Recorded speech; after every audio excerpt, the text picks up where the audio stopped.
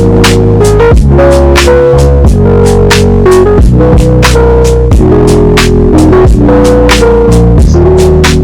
আমি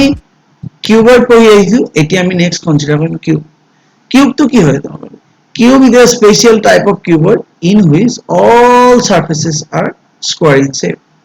মানে কিউব আৰু কিউবইড তো গোটেইখিনি বস্তু একে কিন্তু তাত এটাই ডিফাৰেন্স আছে কিউবইডত কি হয় কিউবইডৰ শেপটো অকমান তোমাৰ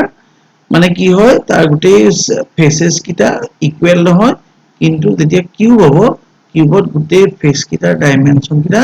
কেৱল স্কোয়াৰ ইন শেপ হ'ব কিউবইডত তোমাৰ স্কোয়াৰ ইন শেপ নহয় কিন্তু কিউবত স্কোয়াৰ ইন শেপ হ'ব এতিয়া let us see few example of cube let us see some example কি হ'ব Rubik's cube যেটো ধৰা সৰ্বসাধাৰণতে আমি পাজল সলভ কৰিব কাৰণে ব্যৱহাৰ কৰোঁ সেইটো আমি দেখিছো ইয়াৰ গোটেই সাৰফেস কিটা কি এটা কিউব এটা স্কোয়াৰ শেপৰ হয় তাৰ পিছত আমি যিহেতু ডাইস আমি লুডু খেলোতে দেখি মানে ব্যৱহাৰ কৰোঁ ডাইসটো হেতু তোমাৰ সাৰফেস খিনি কেনেকুৱা সব ইন স্কোয়াৰ ইন শেপ এইটা হৈছে তোমাৰ example of cube let us see geometrical figure এটো সাপোজ এটা কিউব হয় ইয়াৰ কেটা ফেসেস ছটা ফেস আছে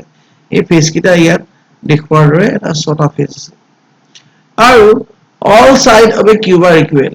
ইয়াৰ যিমানখিনি সাইড আছে গোটেই সাইডবোৰ ইকুৱেল হ'ব ইয়াৰ যিমানখিনি সাইড আছে এই সাইডখিনি এই সাইডটো যিমান হয় এই সাইডটোৰ লেংথ l হ'ব এই সাইডটোৰ লেংথ l হ'ব ঠিক আছে এই সাইডটোৰ লেংথ l হ'ব এনেকে ইয়াত গোটেই যিমানখিনি সাইড আছে সবৰে সাইডটোৰ লেংথ l হ'ব হাইট হক বা ব্ৰেথ হক বা l হ'ব এই গোটেইখিনি l হ'ব ইয়াৰ সব ইকুৱেল ডাইমেনশনৰ হয় 6 pieces ইয়াৰ ফৰ্মুলাটো কেনেকৈ ফাইন্ড আউট কৰে let us see the formula of the related cube এতিয়া ইয়াৰ ভাৰ্টিক্যাল সাৰফেস এৰিয়া কোনকিটা ভাৰ্টিক্যাল সাৰফেস এৰিয়া তোমাৰ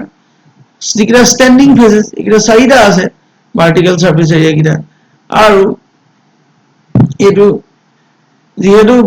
চাৰিটা আছে আৰু যেহেতু গোটেইকিটাৰে ইকুৱেল শেপ এন্ড সাইজ হয় গতিকে যিকোনো এটা এৰিয়াটো উলিয়াই তাক 4 এ মাল্টিপ্লাই কৰি দিয়াৰ লগে লগে আমি ভাৰ্টিক্যাল সাৰফেস এৰিয়া কিটা আমি পাই যাম যেহেতু ইয়াৰ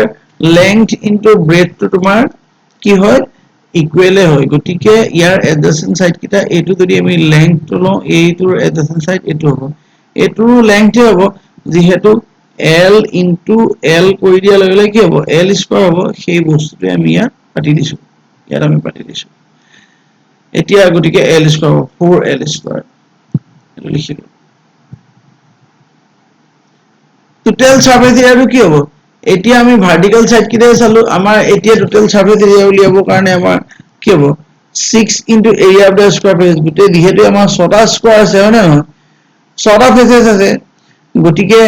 6টা ফেসেস যিকোনো এটা ফেসৰ আমি এৰিয়াটো উলিয়াই লৈ পিনে বাকি কিটা যদি 6 এ মাল্টিপ্লাই কৰি দিও 6 এ মাল্টিপ্লাই কৰি দিও আমি টোটাল ভলিউমটো পাম যেহেতু সেই প্ৰতিটো সাইডৰে কি হয় এৰিয়াটো কি হ'ব l স্কয়াৰ গতিকে 6 এ মাল্টিপ্লাই কৰি দিলে 6l স্কয়াৰ পোৱা যাব এতিয়া এটো হৈছে volume of the cube volume of the cube is the capacity of the cube এইখিনি সারফেস এৰিয়া এইটো আমি যেটো পঢ়িলো এটো সাৰফেস এৰিয়া এটো পঢ়িলো এটো সাৰফেস এৰিয়া এটো ভাৰ্টিক্যাল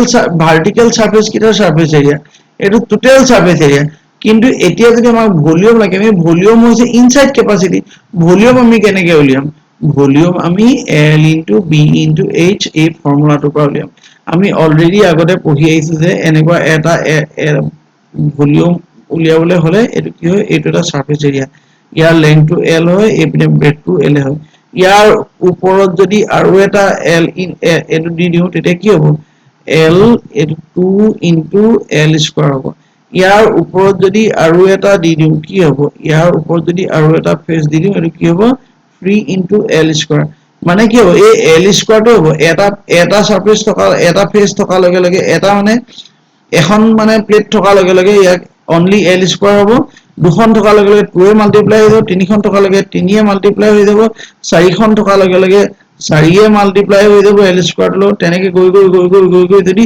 এই সাইডৰ লৈকে সাপোজ h = 10 বা এই সাইডৰ লৈকে সাপোজ 10 হয় তেনেহলে আমাক 10 এ মাল্টিপ্লাই হৈ যাব 10 L স্কয়াৰ হ'ব গতিকে ভলিউমটো উলিয়াবলৈ এই হাইটৰ লগত মাল্টিপ্লাই কৰি দিলে ভলিউমটো ল'ব গতিকে হাইটৰ ভ্যালুটো যদি আমি ইয়াত পুট কৰি দিও ইয়াত এৰিয়া মাল্টিপ্লাই কৰি দিলে আমি ভলিউমটো পাই যাম গতিকে L কিউব বুলি লিখিব আমি যিহেতু ইয়াত L আৰু B ইনটু H এই গোটেইকেইটা ডাইমেনশনে একে গতিকে এইকেইটা সবৰে জেগাত যদি আমি L L L এনেকে পুট কৰি দিও তেনেহলে ইয়াক L কিউব ওলাব এটো হৈছে volume of the cube of formula okay thank you